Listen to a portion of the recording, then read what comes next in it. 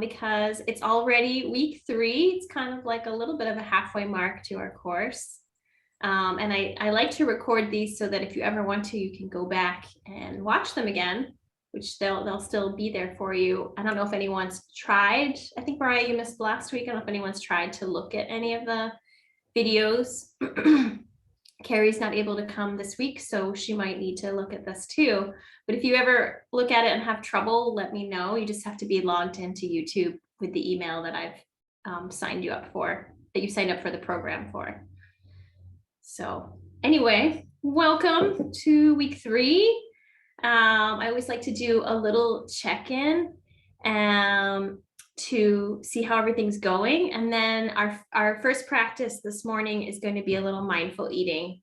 So with the raisin or any kind of thing you manage to procure for a shortish practice, and this is in the online practice too, but I do find it's much nicer to go through this live.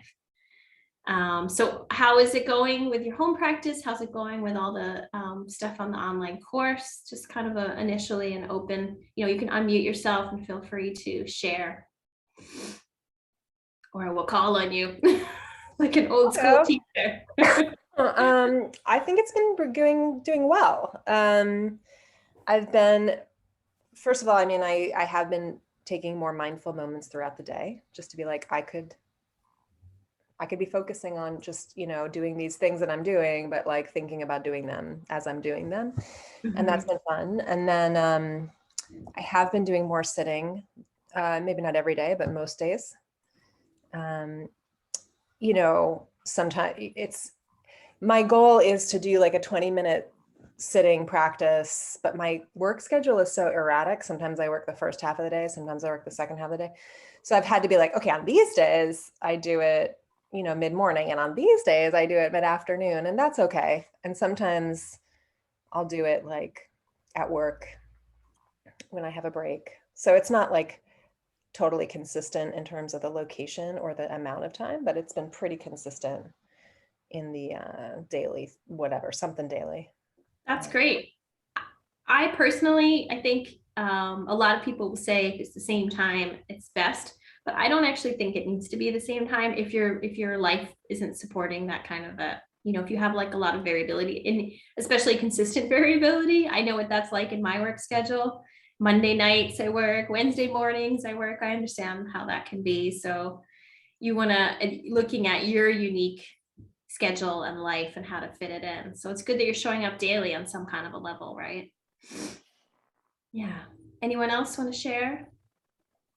I actually haven't done a lot, but my big takeaway is this morning I was having a shower and all of a sudden my mind raced to what I was doing next week. And I went, wait, I don't need to do that. So I came and was just present having my shower. So that was my big win. And I just really like, I guess, the sounds, like the whole sound thing, because I was trying to I was having a shower, but I was just trying to move around to see how the water changed this, or how the sound changed with the water. So I really like water. Yesterday, I was just sitting quietly last night, just being very mindful, and my eyes like shot open because all of a sudden there's this big sound outside, and like the rain just came whoosh, like right down. I was like, oh, I didn't realize that. So then I went back and went, wow, because it was such a shock. So, but I noticed that I'm doing like more and more. I guess I am being more consistent. Like I find it do well, like in bed before I get up in the morning, because it's a cozy, safe place. So I'm starting to things are starting to click. So, yeah. Awesome. I love what you're saying about moving around and seeing how the sound changes in the shower. I'm playing like easily, that's an easy play. Like you just do a slight tilt of your head and the sound typically does change. So that's great. Amy? Yeah, it's been going well. My thing at the beginning I said was my meditation practice has always been really a reactive one. So the past week or so or a little more, been doing the morning, just what do you call it, basic meditation? I don't know, not as a response to having a stressy morning where I need to break. And it's so different, so much more peaceful and lovely. So I like it. I hope I can keep it up. But I don't have any amazing insights. I've been That's okay. meditating. Yeah. But you're trying to do it in a more proactive way, which is the whole goal, right? For you. Yeah. It's a much Yeah. more gentle way into the meditation as well, which is a new kind of thing to explore. It's fun. It's nice. Good. Yeah, I imagine it is more gentle if it's not like an attempt to calm down or to get some perspective or to feel okay or something that is typically like a more reactive kind of thing. Yeah. Yeah. I've sort of been playing around with my heartbeat, like listening to my pulse or feeling it kind of. And I don't normally do that. It just sort of occurred to me recently, I don't know, a couple of days ago or so. And yeah, it's like this whole new world opens up to you. You're doing exactly the same thing, but it's a whole new world. Yeah. I like it. And so you're working a little bit with sound, but in a very kind of muted, not muted, but internal sort of way. Yeah. I hadn't thought about that. Yeah. Yeah. Ah. How about you, Mariah? Oh, I have been in that state of, so focused on all of the other things in life that the self-care stuff has fallen to the wayside. So I haven't been running and I haven't been meditating, and all these things that I know will make my week so much better have slipped away, despite sort of my best intention when we started this. So, but I love what you guys are saying. I love, so when you said the predictably variable, when you're talking about Kate, and like sort of trying to find, okay, and Monday, Wednesday, Friday, I can meditate in the mornings, and Tuesday, Thursday, I meditate in the afternoons. It's sort of like, finding a pattern, even if that pattern is not 9 a.m. every day. I kind of like that. And I think you guys, the sound session must have been last week, the one I missed, because life was sort of nutty for me last week. But I love kind of that idea of like the sounds in the shower, and kind of, exploring that. Sounds interesting. So I'm hoping, I got a lot of sort of stuff out of the way the past 2 weeks. So I'm hoping that the next 3 will be a little more focused on the self-care things that I know are so important to life. Fingers crossed. Yeah, it's a busy time of year too, right? So it's good to kind of try to get it going as we go into like all the holidays. And I know you have a puppy coming to your house shortly. Very exciting. A puppy can mess with your routine in surprising ways, I think. Yeah, and my daughter had a COVID-19 case in her classroom, and that derailed everything last week, because I kept her home from school and all this other stuff. So that made the week a lot messier. And I can't meditate with her around. She is not the kind of quiet, chill, I don't need attention for 5 minutes. No, she wants all my attention all the time, somewhat similar to a puppy. So but case in point, I should probably get my meditation done before the puppy comes, because there will be less peace then. Yeah, and do check out the recording from last week, because we talked about everyday mindfulness and ways that you can slip in those moments in the shower, moments when you're typically on autopilot or on like a default mode and not present or mindful at all. When you're a little bit more mindless, bringing that in when you don't have time or space for formal meditation practice, but you can still have a kind of baseline presence that will have some similar effects of meditation, of kind of being present, calming the mind, all those things, reducing stress and anxiety. Yeah.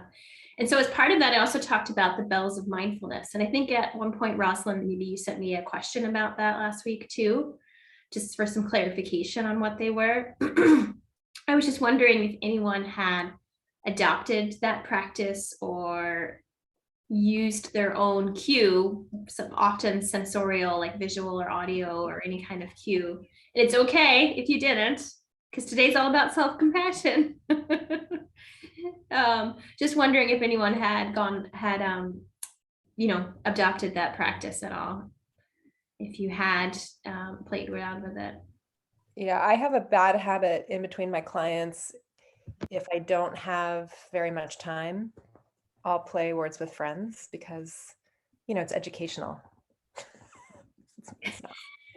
It does contribute to this feeling of sort of fragmented, like ADD, like, because it's on the phone, so instead this week I've been being like, no, I'm just going to sit and close my eyes. Okay. Breaths. So that's been fun. I mean, I do like words with friends. I'm not giving it up for meditation all day long, but I have like on occasion been like, okay, we don't need to do that at every break.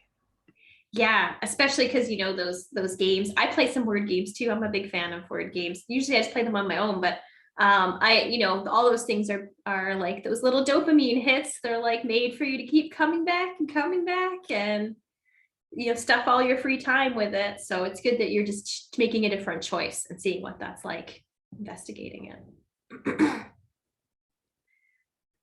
Rosalind, did you want to say something? You can unmute yourself. Yeah. I'm totally unrelated, but is this 5 weeks or is this 6 weeks, this course? 6 weeks. 6 weeks. I used to teach it as 5 weeks, so there's a little residue of that. Oh, okay. Because I just seen like 5. That's why it gets confusing. I'm sure it was 6 weeks. So I just wanted to know. It's 6 weeks. Yeah. Okay. And actually, one other piece of admin that relates to that is today, now we're in week 3. Typically from week 3 onwards until about a month after it finishes, I try to make myself available to do a one-on-one session with everyone. This is the first time I'm back to like pre-pandemic working 5 days a week schedule in November. So I often just make some time available online, but I feel like my schedule's a little too erratic for that right now. So I just wanted to say I'm happy to set up a time for you, but maybe email me and we'll just work it out like individually on a time that's good. And sometimes people like to do it now during the course for the extra support and talking through things. And sometimes people like to do it afterwards as a kind of follow-up. So I offer it from the middle until 3 weeks before, 3 weeks into the course, and then sort of 3 or 4 weeks afterwards as well. So you'll get, if you're keen, you want to do it now, go ahead and reach out. Let me know what times would work for you, when you would like to do it. Otherwise, I'll probably keep making those reminders from now until the end, most likely. Okay. So today is a fun day, and because it's Monday, and we're carrying over a little bit of the mindfulness practice from last week by doing an mindful eating practice at the start, just a short little thing. And then I'm going to talk a bunch about self-compassion. And this is partly the topic of the week 3 in the online course is, I've actually added more self-compassion since I did the course with videos, but the video is a little bit more about obstacles in your practice. So I want to make some space to start to consider those obstacles, and we'll talk about them a little bit more next time. So in the live calls, I often sort of make a bridge between the online course, like what's happening in week 2, what's happening in week 3, and what are some extra practices that support those things. So we're going to do a brief little mindful eating practice now, just 5 minutes or so. If you have your thing that you would like to eat, if you don't have something, you can use water or something. And Rosalind, I know you have to head off, so you're going to go now. Okay. All right. Good luck with everything. Thank you. So, and did anyone do this in the week 2 online course? I don't know how you're doing with the course. No. Okay. Totally fine. Again, it's there for you to repeat this experience, but I do think it's nice to do live. And a lot of times people don't get to it, so it's good to do it too. So take the raisin, or what has everyone got? Chocolate, apricot, Raisin. Raisin. It's like a dried fruit bar. Oh, dried fruit bar. I'd like it to be chocolate, but it can be. You can have chocolate at 9 in the morning on a Monday because it's all in the name of meditation. So I want you to just take it and place it in your hand. All right. So eating is another thing that we typically do, but aren't necessarily mindful and present, right? We're doing it many, many times during the day. And sometimes we're just shoving food in our mouths. Sometimes it's, you eat on the run occasionally. I'm sure we all know it's not great to do it regularly, but I think there are times when this is happening for everyone.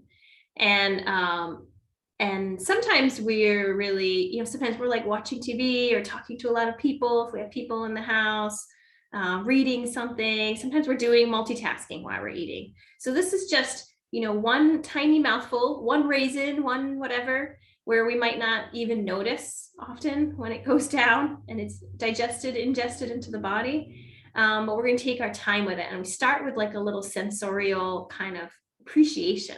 So take a moment, we'll just walk through this and really look at this piece of food, this one mouthful that you're going to be putting into your body. Take a minute to appreciate its unique shapes and colors and textures. We're really extra super duper slowing down this process, okay, of taking a mouthful. And maybe you even want to smell it. Mine has a smell, yours may or may not. And maybe we think about the food that it was beforehand, how it grew, the grape, the apricot, the mixture of fruits that you have in your fruit bar, all the stages it's been to, the processing, the different hands, the different, hopefully that doesn't gross you out. All the different things, all the journey this raisin has been to, or whatever your food is, to get to this hand to be placed inside your mouth. So then you can take it and looking at it, and then we're going to just place it inside our mouths. I'm remembering I'm not going to do it because then I can't talk. So you can do it and place it inside your mouth, but don't start chewing. Just let it be there. Just put it in your mouth. Notice that first contact. Notice the taste. Really working with the senses here. You can maybe turn it over with your tongue and notice the texture of it. Slowing down, focusing. How does your mouth greet this tiny morsel of food? Do you notice that you feel inclined to eat it, to chew it? Are you wanting to kind of lean into it and eat it? Is there salivating going on? Are you recoiling and dreading it? Or maybe somewhere in between, neutral? Noticing just having the morsel of food in there, if your saliva taste has changed.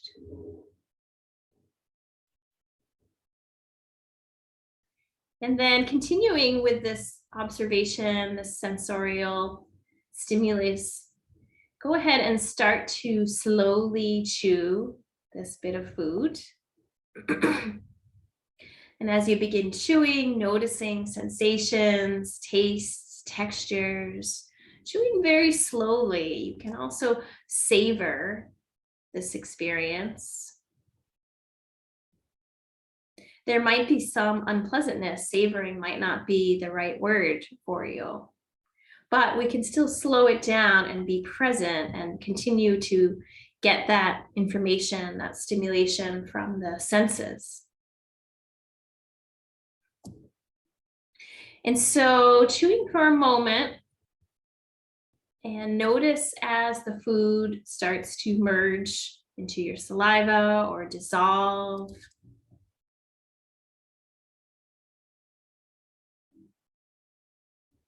And as it begins to dissolve, as it gets smaller and smaller, just noticing what's present for you in this experience, in this one mouthful. You might notice the input, sweet, sour, tangy. You might notice those things, rough, smooth, texture. You might notice boredom, restlessness. You might notice a deeper kind of story behind it, a reactivity there.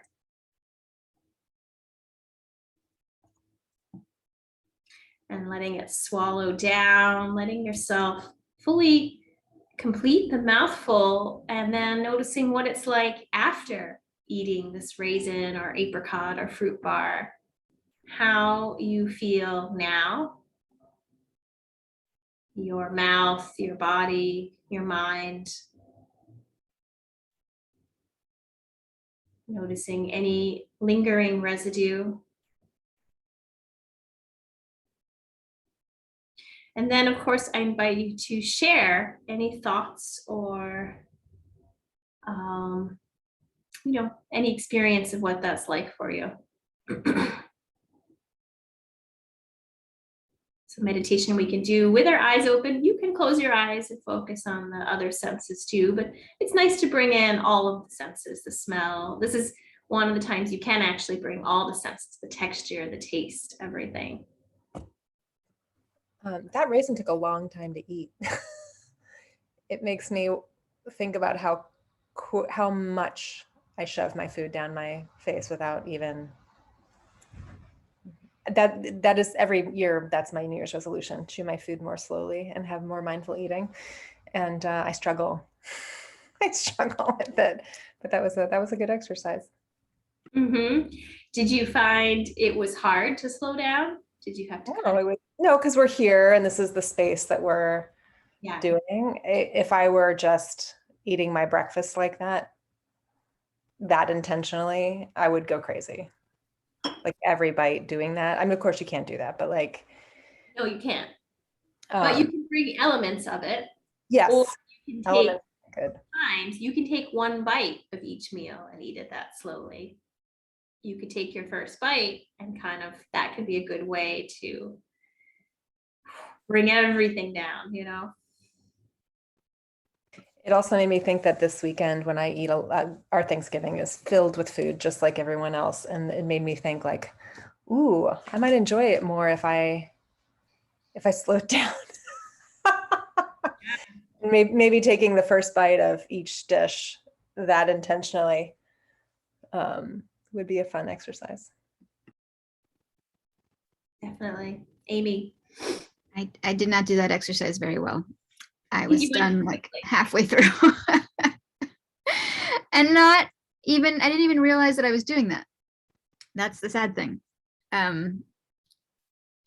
So the second half, when I was basically done with the apricot, I was thinking to the first half, and I think it was like, you know, when you bite down, a little bit of flavor is released. And I was just thinking to like 30 seconds prior, it was like bite down flavor.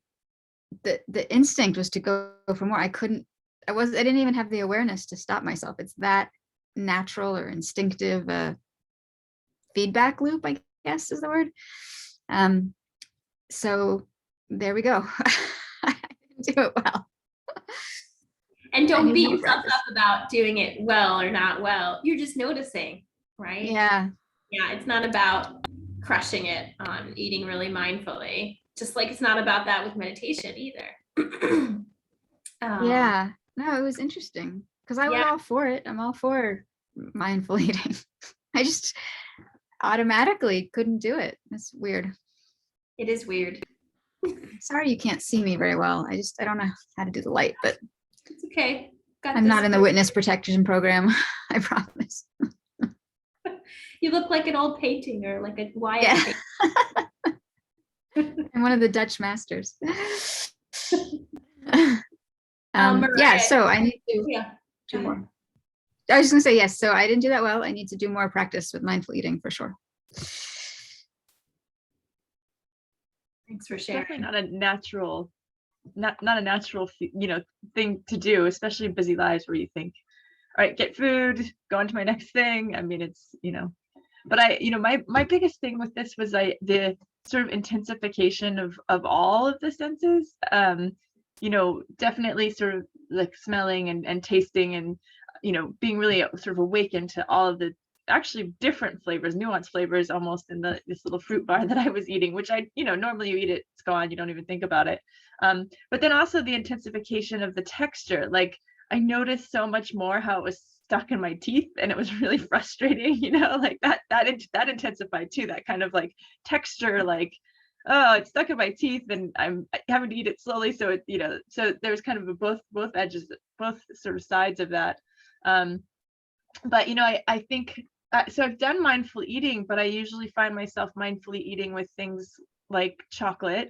I've done a lot of sort of, smell, put the piece in your mouth, let it sort of linger. I've done a lot of that with chocolate tasting.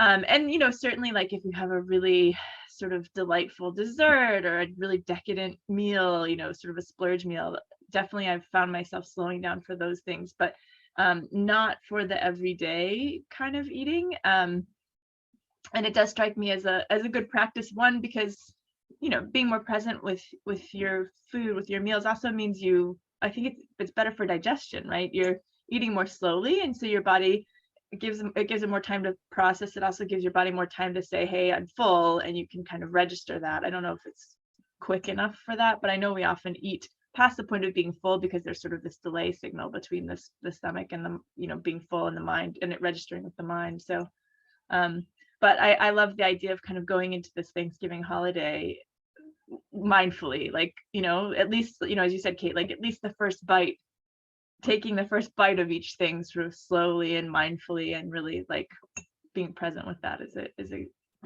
I can at least do that for the holiday. It might not be able to last much longer, but Yeah, it's very well timed, not totally intentional. Yeah. I mean, yes, we have a holiday coming up this week that's centered around food, basically. So lots of opportunity. But then again, we're always eating, right? We're always eating we do need food, we do need fuel, we do need sustenance. And there are health benefits to eating slowly for sure. But it's also nice to do. Sometimes I do this practice when I've done it in person, and some people don't like raisins, but I still have them eat the raisin, because you can do it whether it's like, beautiful, delectable, pleasing, pleasant, splurge meal, or something like a chocolate. Well, it's kind of like the sommelier doing the wine tasting with the smelling and everything. Or you could do it with like whatever you're putting in your mouth. Putting in your body. And so in that way, it's more of that kind of everyday mindfulness connection too. And when I've gone on the silent Vipassana retreats, I don't know if you guys, no one's ever done one of those, right? No. Okay. So the ones that I've done at the Insight Meditation Society in Western Massachusetts, which is a wonderful, wonderful center. It's one of the first. Kripalu? Associated with Kripalu? No, not Kripalu. It's Insight Meditation Society. Oh. It's great. We are fortunate to have it nearby. So anyway, it's silent. The retreat is silent, and and I'll talk a little bit about it, because we'll be doing a little bit of things that are based on that too, where you are doing sitting meditation alternating with walking, which we'll do in future weeks. It might even be next week. And then also you have meals. And you have meals with people, but you're in silence the whole time. And also there's something really a lot about the silence and kind of letting one's sense kind of go, not having noise, not having, people or TV or something like that, letting one go, that allows you to focus a little more and be a little more mindful and present on the other senses, that those sense perception. And I always find I emerge from going to one of those retreats eating mindfully for a while, and just like a meditation practice, it's easy to fall back into the habit of just kind of not even noticing that you swallowed it, not even noticing what it tasted like. So there's another thing to try out this week, and you can let me know how your big eating day goes. And all the other non-big eating days too. So I want to switch over to chatting a little bit about what is in the week 3 in the online course, which is, so I really like the beginning structure where I like, of course, I made my own program, my own course, but I really like this sequencing of things where we start talking about meditation practice as a habit, how you can kind of get it set. And so we can work on that the whole way through. And then last week we talked about mindfulness, because there are all these opportunities when you can't fit in a formal practice for you to be present in other ways, in this kind of everyday mindfulness way. So I like in this 3rd week to start to look at obstacles and things that might be getting in the way of practice. I like to start to look at these early. And what I think we need to look at these things is the self-compassion piece. Right. And I talk about it in the beginning, as it can be a big barrier to forming a meditation practice on a number of ways, right? Where you're not being compassionate with yourself, you're being too hard on yourself, too perfectionist, too ambitious, or you're not making the necessary space, carving out the time, valuing your own self and the benefit that you seek from the practice. So we do a little bit more on self-compassion in the live call because I have less of it in the video, but the video does have a really good meditation on kind of going through like an embodied, like a felt sense experience of meditation on what I call the soft belly, of kind of being compassionate with yourself. And I think it's so important to start being aware of and practicing some of that now. So a little bit about self-compassion. I have done some extra study with some folks, as I've mentioned, I think in here, Chris Gerner and Kristen Neff, who've done a lot of research in self-compassion. So it's basically about cultivating a good relationship to ourselves. And it's helpful because it's resourcing for whatever difficulties arise. So the path and the goal of self-compassion should be the same, just taking a kinder approach to ourselves and our experience. I'm not going to show you a slideshow, but I'm going to look at it. Mindfulness and self-compassion. So mindfulness is this loving awareness or presence with moment-to-moment experience. And self-compassion is more of this loving awareness or presence with the experiencer. Mindfulness asks, what do I know? Right? What is arising? And self-compassion asks, what do I need?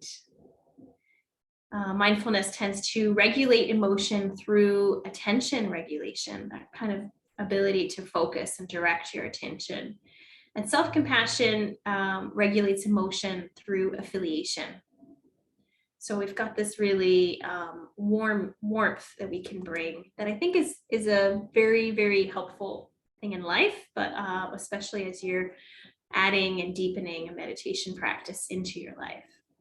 So one thing that's really well put here that Chris Gerner says is there's the central paradox of self-compassion, that when we suffer, we give ourselves compassion, not to feel better, but because we feel bad. So we give ourselves compassion, not to feel better, but because we feel bad. And there are 3 components to self-compassion, and we're going to do a practice in a minute that touches on these components. The first one is mindfulness. So we have to be able to see and recognize when we are suffering, to have the awareness that difficulty is present, that there is some element of suffering in the moment, some pain in the present experience, or just something difficult. It doesn't need to be an intense wounding or something. And then with the common humanity, we're seeing our struggles as a part of being human, a larger collective experience. And so recognizing common humanity helps us to let go of a constricted sense of self, right? So we're allowing ourselves to kind of be a part of a larger thing. And also there's something to be said for, like, you know, a kind of humility that's involved with this too. We're only human. That's a piece of being compassionate with yourself. And then the last component of self-kindness is just choosing to be kind to yourself rather than self-critical in the face of any hardship. So there are lots of myths about self-compassion, just as there are about meditation. And one of the most prevalent ones is that there's this harsh internal dialogue that we need, that motivates us and helps us to achieve our goals, right? That we need that inner critic, that taskmaster to, like, crack the whip, keep us in line. But there's actually been a lot of evidence. There's a study in 2005 that showed that people who are more self-compassionate actually have less fear of failure and greater intrinsic motivation. So again, it's kind of like back to training a puppy, parenting in our best selves. We have to be compassionate with the fact that sometimes we can't parent from that place, but we recognize when we do, typically. So that's a little bit about, you know, how we can use the self-compassion to be with our own hardship, our own suffering, rather than hiding from it. Trying to stay present and engaged with how we actually feel and how to care for ourselves when things are difficult. So it should be a relief as opposed to hard work, although it might not be instinctual and you might need some practicing. And some, some important questions you can ask yourself. And a lot of the practice we'll do today is kind of question-based to encourage this self-compassion is asking yourself how you would feel toward a dear friend or a loved one who is experiencing similar things. So you bring that mindfulness to the experience of difficulty or hardship or suffering. And, you know, if it's not instinctual, and most of us, we do need to do some kind of practice, imagine how we would treat someone else who's going through something like that we care deeply about. You know, can you feel this way toward yourself? It's basically a question of treating yourself as you would like others to treat you, or as you would treat someone that you care about. And there are lots of ways that we can practice self-compassion, but one practice I wanted to do together is called the self-compassion break. And it's kind of a short practice. And in week 4, I believe, in the online course, we talk about, so in a couple weeks, talk about the RAIN practice, which is one of Tara Brach's signature practices. And I know, Amy, you're somewhat familiar with her. But I think it's another kind of self-compassion practice as well, really, where it's a way of recognizing. RAIN is an acronym that stands for recognize, allow, investigate, nurture.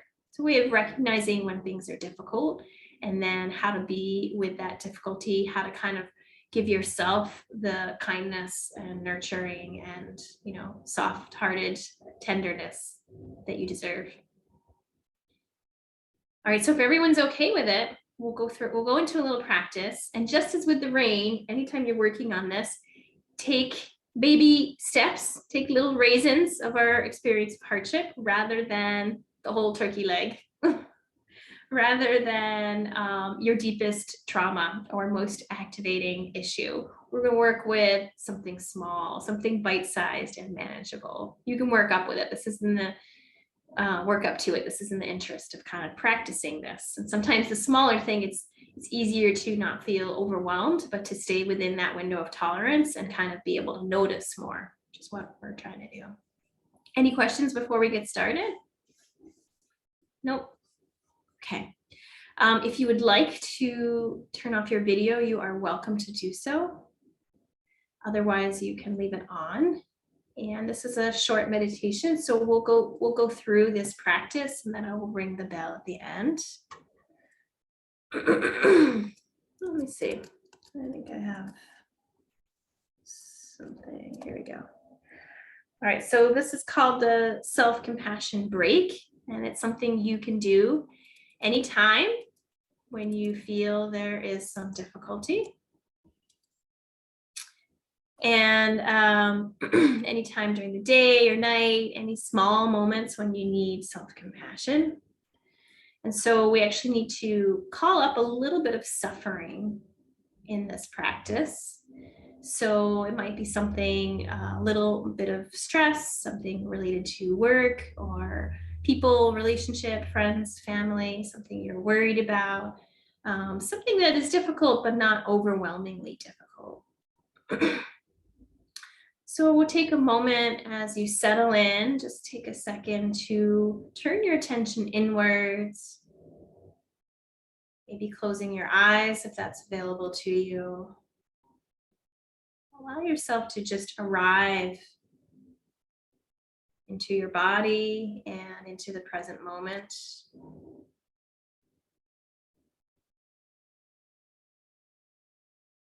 Maybe noticing the flow of breath.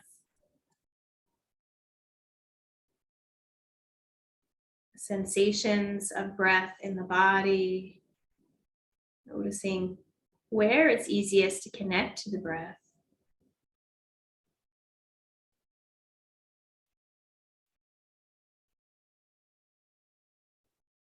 As you take your seats, maybe you notice the experience of sitting or lying down, a sense of gravity, the connection with the ground beneath you.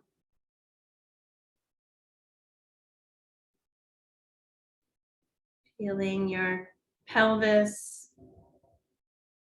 supported by whatever ground you're sitting on, chair, a cushion, a couch, a bed, the floor.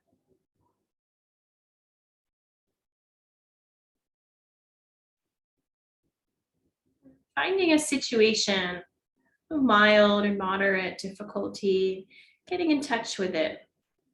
What's going on? What happened? What might happen? Bringing a situation to life in your mind's eye.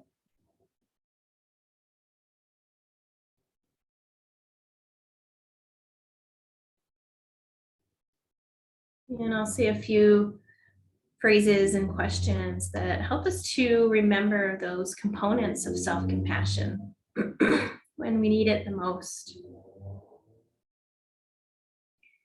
Taking a moment to pull something into your mind.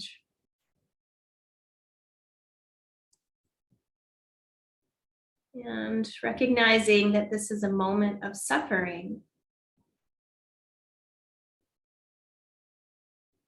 Bringing some light of awareness and mindfulness to what is difficult for you.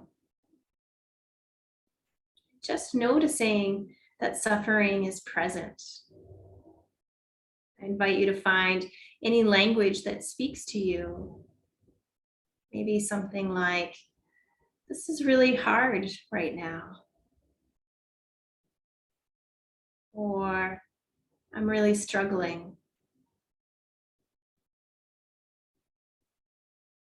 Whatever in your own words help you to recognize the difficulty.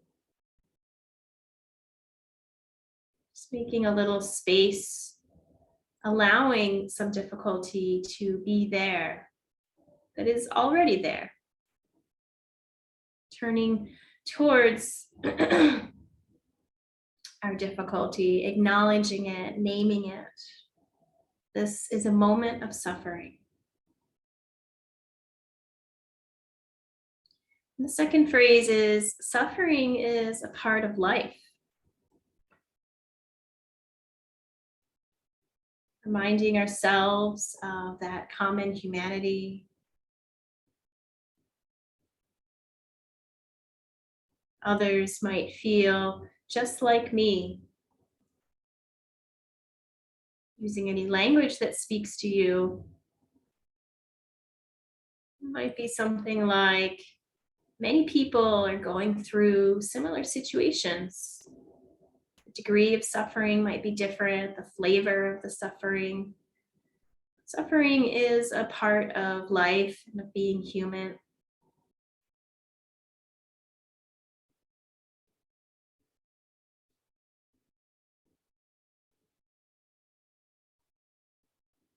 And the third phrase is, may I be kind to myself in this moment. Support bringing kindness to yourself.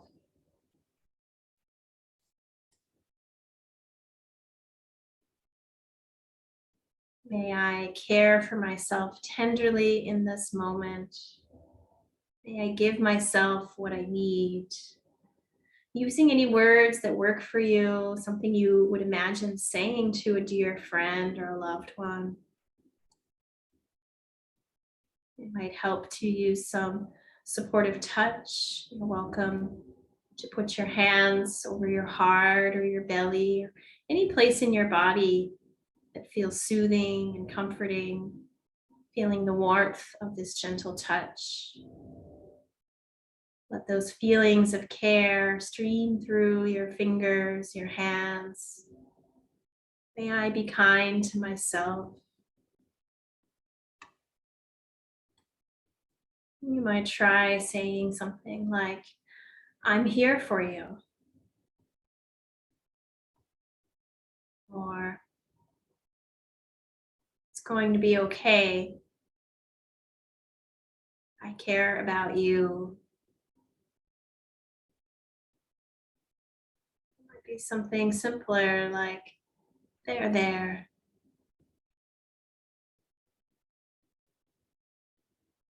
It's okay, sweetie. I'm so sorry you're suffering.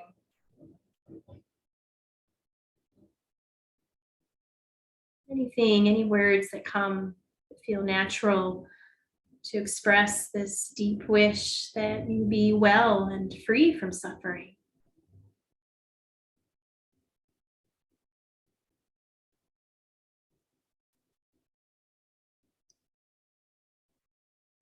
You can feel the warmth of your touch or the sound of the words. You're welcome to say them out loud. You can imagine the experience of a smile without moving muscles on your face, that warmth of the smile, the tenderness of care, sending it through your body. Whichever part of your body is holding the suffering, thanking your body for holding it for you, protecting you.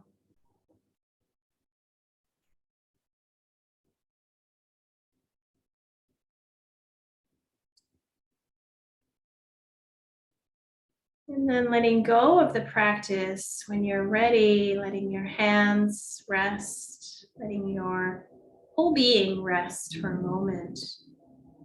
Just noticing how you feel now. Allowing any sensations to be just as they are. Allowing yourself to be just as you are.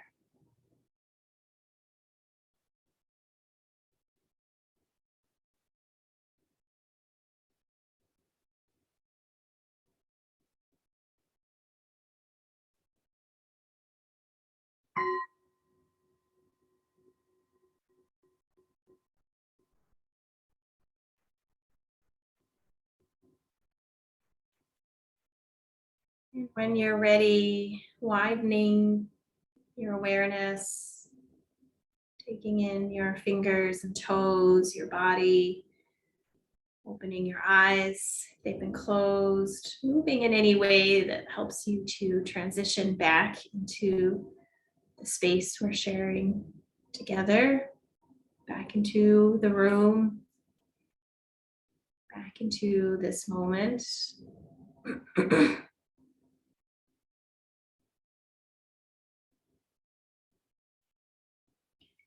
And this is a sort of simple in some ways, but not necessarily easy practice. And one I kind of took my time going through it with you, but it can be quicker and simpler if you're feeling like it's helpful in the moment of difficulty. You can literally be like, oh, this is difficult. Pause, make space. Recognize that others have suffered or might suffer like that, and how can you just be there a little bit for yourself. So I welcome any comments on what that practice was like. I love the question, what do I need? It's so different from what do I want? And it really changes your perspective on what you're going through or whatever, like whatever thing you're playing around with. Asking the question in a different way and like another different way and another different way really helps kind of frame it and make it seem less huge, maybe. Yeah, and sometimes a lot of suffering can come about just because of the separation, the split, the difference between what we want and how things are. Right? Yeah. And we can always change how things are. What we want isn't always like realistic either. But what do we need? Yeah.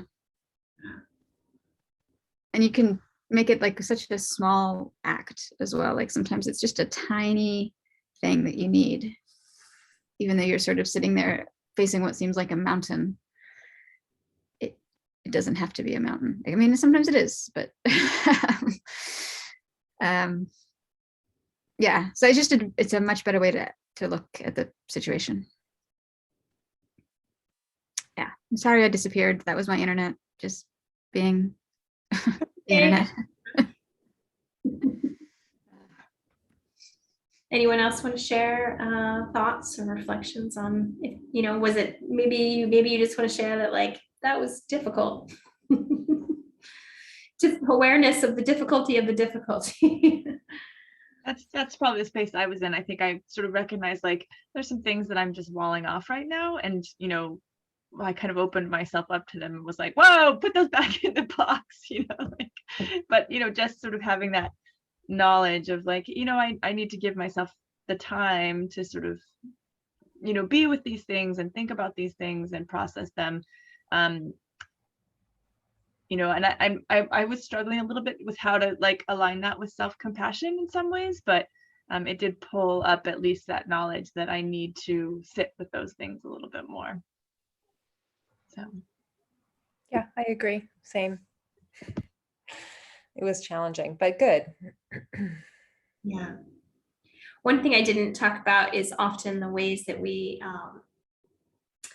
express or receive compassion is that very tangible sort of sense thing of like a supportive touch, or like a gentle vocalization, or like a warmth in the eyes. And you can actually do those things for yourself. So that's part of what makes it, we're used to kind of providing that sort of compassion for others, but we don't actually take those same kinds of ways that you might support someone who's going through anything difficult. Again, even like a basic, like an animal or a child, where you might treat them with the same sorts of kind of loving tenderness, and actually doing that to yourself. Yeah.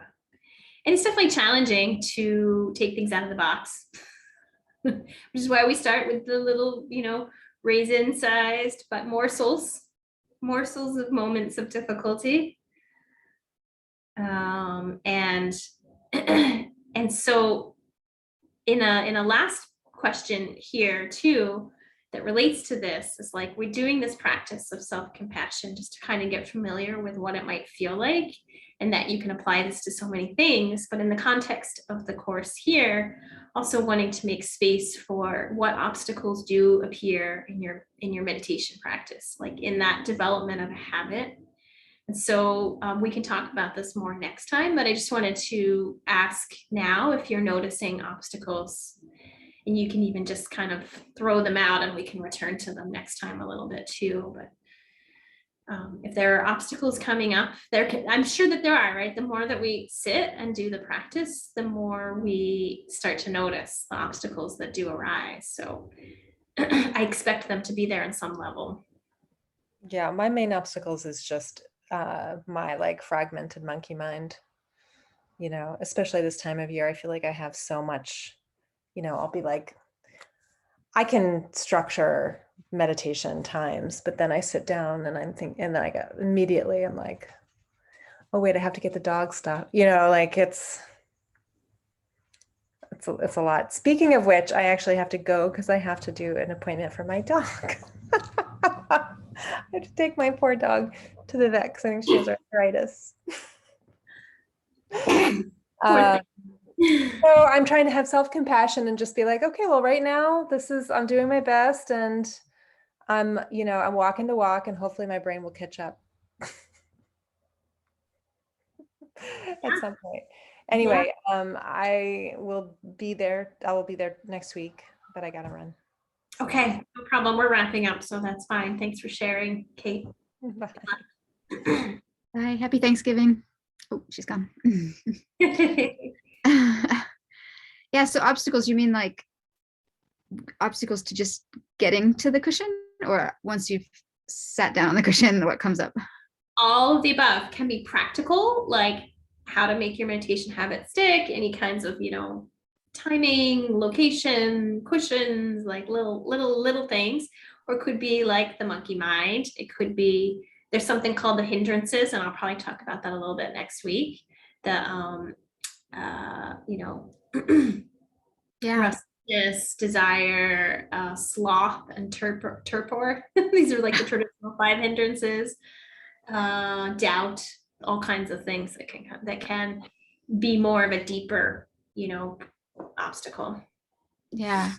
I mean, all of the above. I mean, there's, the usual practical obstacles, but you sort of work through those. That I do think sometimes I'm like, oh, what the hell is going to come up today? I don't want to go through this. Like, I just sort of fear maybe would be like, not that I haven't benefited hugely from meditation, like many, many times when I have gone through the hard, like, what, I don't know, like the dredging that comes up. But sometimes you're just like scared that what it's going to be. It's like, can I really handle that today? I don't know. Because I don't know. So that's one of the hindrances. I think that's the big one. And the monkey mind, of course. Something I've done at times is just leave my voice recorder playing. It's more like a promise to myself. So like if I've got to take the dogs or I got to get the dog food or whatever, I'll just say it out loud. And I know, at least my monkey mind knows it's captured somewhere. And so it's different than like breaking meditation to like write down on a piece of paper. And so, even sometimes I don't even use it or say it, but the crutch is there. So I'm not trying to hold on to it while I'm also trying to meditate. Yeah, that's smart. Yeah, it works. Those are the things that I'm thinking of. The whole meditating in the morning before you've eaten breakfast, when you're getting towards the end, you're kind of hungry. That's another distraction. Funny. Yeah, so I think those are the main ones. Thank you for sharing. Yeah, the first one you mentioned, the sort of like, yeah, you said fear. I'll think about more how to talk about it, but of like when we make space for whatever's arising, are we okay with whatever is arising? You don't have to be okay with it either, right? Maybe you can take the like pieces of what we did in the practice today of self-compassion and like try to shift that perspective, like you had said about it feeling like a mountain. Sometimes they're like have a very visual kind of sense here. Sometimes how mountains far away, you don't see you just see the silhouette. You don't see the texture, you don't see the plants, the tree line, you don't see the paths that are up the mountain. They're just this kind of silhouette looming, this threatening looming presence, and the presence, big presence, right? Yeah. So, but those little shifts and being gentle with yourself as you know that mountains are there can help just kind of shift the perspective so that you can actually notice. You don't have to take the whole mountain and like eat it. Yes. Yeah. Right. Yeah. Or knowing that you have the tools once you get there, like, is a huge, like, lowers your anxiety as you're getting there. I'd really be interested to hear what other people's like tools are. Like, that's one, what do you need as opposed to what do you want, like, to use the word tool or whatever you want to call that. If anybody has any other ideas, I've used a couple things, but I'm always interested in hearing other people's ideas. Yeah, there's some other questions that facilitate self-compassion. Let me see if I have them, or I'll look for them if you want to talk about what was going on for you as well, Mariah, because I know you were nodding like you had some similar situations. Yeah, I mean, I think Amy, you put it really well, just sort of the hindrance of sort of the fear, like, maybe, and I wonder, maybe that's why I have been so sort of reluctant to engage with those time for self-care, is because I'm worried what that'll bring up. It's easier to just kind of get involved in the minutia of the day, or I find myself, also the distractions that are sort of mindless, right? Like, I have this 24/7 puppy cam, and I spend a lot of time. That's my words with friends, is I go on this puppy cam and I watch the puppies, and it's very, mindless, because I'm just engaging with what they're doing instead of like facing what's going on in my life. Of course, I justify it because I'm like, well, I need to know which puppy is the one I want to take home, but anyway, so there is sort of a probably an avoidance that is maybe happening, and that might be the big hindrance for me too, that I just kind of recognized today. So that's been very helpful. And then of course just finding and making the time. It is a busy time of year, So finding the time to get onto the cushion, as you guys mentioned, can be a hindrance too. Yeah, so playing, the practical side of like figuring out a timing and a schedule that can work for you, even if it's variable, like we were talking about earlier today in the start.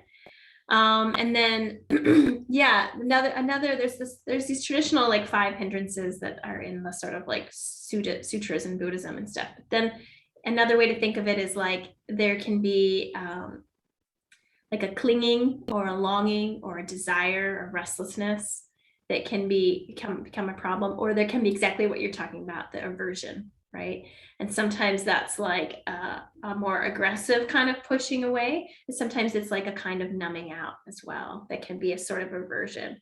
And just a reminder to be compassionate with yourself, because you are human and we all have moments where we do these things, where these are our strategies of resistance, right? I talk about this a lot in the online course in week 3. The ways that we are not present, right? So we bring this element of mindfulness, some deep breaths, some awareness, some sense connection into those moments when we're not present, which are like our default autopilot moments of like eating, moments of, washing the dishes, taking a shower, those kinds of like everyday things when we're not paying attention. But then even in our formal meditation practice, and we're sitting down, we're making that space for whatever our mountains are, whatever's going on, then sometimes you can notice one of the real gifts of meditation is that you start to notice your personal strategies of resistance, how you take yourself out of the moment, how you are not present in a deeper way too. And also just that reminder to be compassionate with yourself, because we do all have these things. We all have obstacles on a practical side, but we all have these deeper strategies of resistance as well. And so, maybe you can work with whatever parts of the self-compassion practices can speak to you, some kind of tenderness to bring to yourself, to create some space, rather than jumping onto the like, I suck, I'm not good at this, I'm not worthy of this, that's what will happen, right? That's what happens in some ways, like, oh, I'm doing that again, or some kind of harsher inner critic. We're trying to make space, be with what the difficulties are, what suffering is existing, but also to be kind to ourselves. Yeah. So I'll revisit that at the start of the next one. Yay. Yay, doesn't that sound like fun? Oh, it does. It all sounds necessary also. So will you have your puppy by then, Mariah? Do we get to see the puppy? Not until December 20th. So. Oh, okay. Meet up. Aw. All right. Well, thanks for joining me, guys. I'm going to stop the recording here and wish everyone a good Thanksgiving.